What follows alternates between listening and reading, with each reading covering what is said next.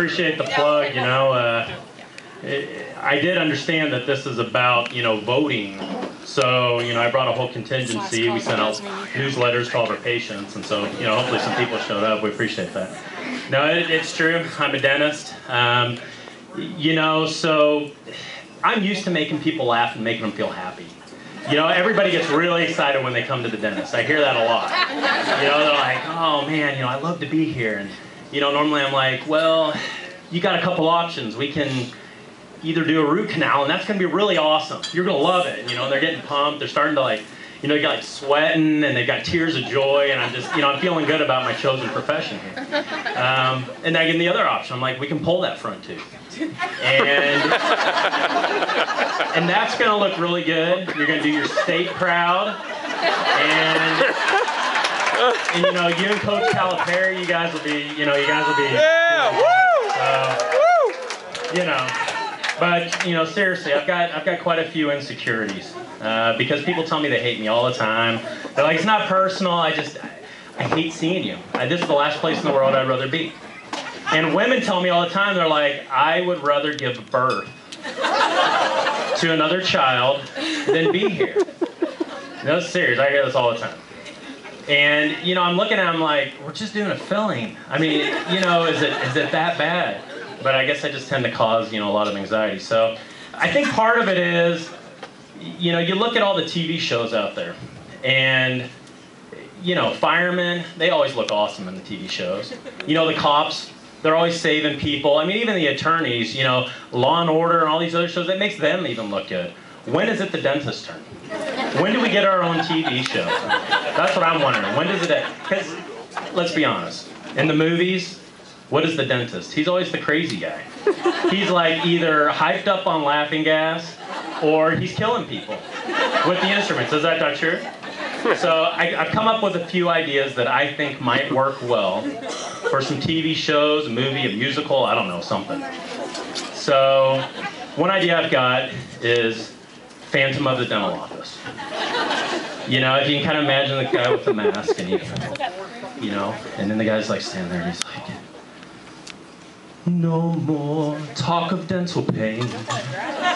Forget those pains you have. I'm here, no one will harm you. I'll drill ya, fill ya, bill ya. I don't know. That may not go over so well. You know, you got a guy leaning over you in a big mask, and you know he's like looking real funky under that. Might add to the anxiety. So, you know, what about maybe like Jersey Shore DMD? You know, can you imagine these guys are like sitting over you, hey Vinny, look at this. What do you think's going on? I don't know, Doc. Man, this is big crazy. I mean, what are you talking about? That's not gonna work either. Even just the thought of that, I'm like, people are gonna have fear. So maybe a reality show. I'm thinking former presidents become dentists, you know? Why don't you come on back? First of all, I'm just glad to see you here. And I just need you to lay down. Just open real wide. No, that's not gonna work. That's not gonna work, I'm sorry. I shouldn't have gone there. Or maybe, like, you know, back in my day it was like Yo MTV Raps. I was thinking maybe Yo MTV DMD or something like that. And the guy didn't even have to say anything. He just gets his drill out and just try to make some, you know, I don't know, some music, you know what I mean?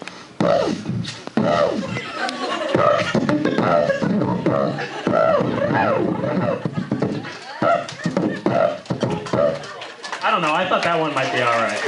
So, you know, but I am a dentist, but I've also got 8 kids. Not a joke. This is true, and they're all mine.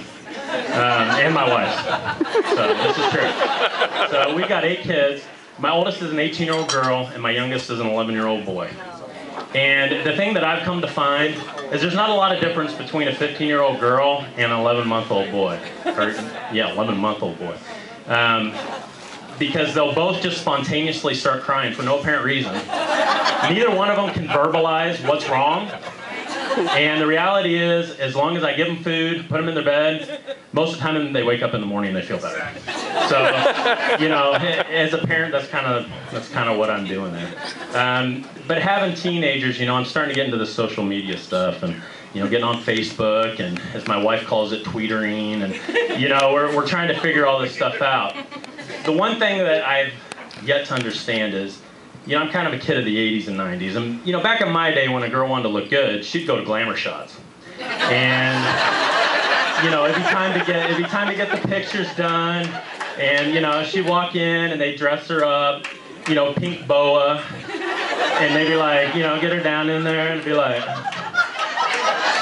all right, we're ready to take it now. You know, I mean, that's what was sexy back in my day.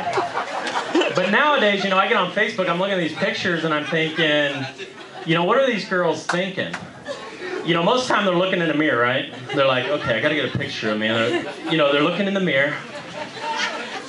And most of the time, I mean, they're wearing like spandex and a tank top, and they're trying to get this picture, and I'm looking at these, and I'm thinking, well, what looks good about this? And then I look back, and I'm like, oh no, why are you taking that in there? Oh, you should have flushed that thing first. Oh, I mean, why are they taking these pictures in the bathroom? Seriously. I just, you know, to me, I don't understand that. I guess that's what boys are looking for this day. That's what they find sexy, you know. But the other thing is, you know, my day, when I was a, you know, teenager, I had to call and have that anxiety, that fear that dad was going to answer, you know. And now it's like they just, you know, they text and you never know what's going on. So, you know, I don't really think that that's very fair. So Thanksgiving's coming up. I'm really excited. The one thing that I'm kind of wondering about, and I haven't quite come to understand, is who's heard of the turducken? Anybody got turducken? We got some turducken fans. Who came up with this idea? I know it wasn't the turkey. I know it wasn't the duck, and it wasn't the chicken. Who came up with the idea to shove a chicken up inside a duck and then up inside the turkey? I mean, that's just... Can you imagine our pilgrim forefathers? Imagine them, first Thanksgiving, they're sitting down at the table with the Indians. You know, Squanto's sitting there, they're having this discussion, and then all of a sudden the guy at the end's like, hey, I got an idea. Let's go get that chicken and we'll shove it in that duck and then we'll shove it up that turkey. I mean, the Indians probably would have taken him out and the guy would end up with his head cut off. So, you know, we're talking about social media and phones and stuff. The other thing I don't quite get is, you know, who's got an iPhone? A lot of people. Who came up with making a phone that's 95% glass? You know, every iPhone I've had is broken. It's shattered, and my guess is that at some point they're sitting at a table. Steve Jobs is sitting there, you know, God rest his soul, and you know, they're like, we're really making these things awesome, but we needed people to keep buying more and more and more of them because we're going to come out with a new one every 6 months. So how are we going to get these guys to buy them? And they're going through, and all these smart guys are coming up with stuff, and I just imagine this little nerdy guy, Melvin, we're going to call him. And he's sitting there at the end of the table and he's like, Steve, I got an idea. What if we made this thing like glass? Like the whole thing's glass. They'll drop it and break it and we'll sell a ton of them. Right now, Melvin is sitting somewhere making a lot of money. And he's also mourning the death of his ancestor back in the Pilgrim days because of his bright ideas. So, thank you very much. I appreciate you guys. It's fun. Again, it's this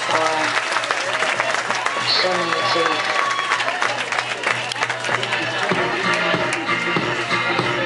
Show me your teeth. Show me your teeth. All right, folks, give it up again for Dr. Neal. Woo! Dr. Rich Neal, the dentist, who obviously needs more patience. With his 8 kids, he's not doing dentistry as much as he could be. Good grief, man. 8 kids. All right, folks, how you feeling?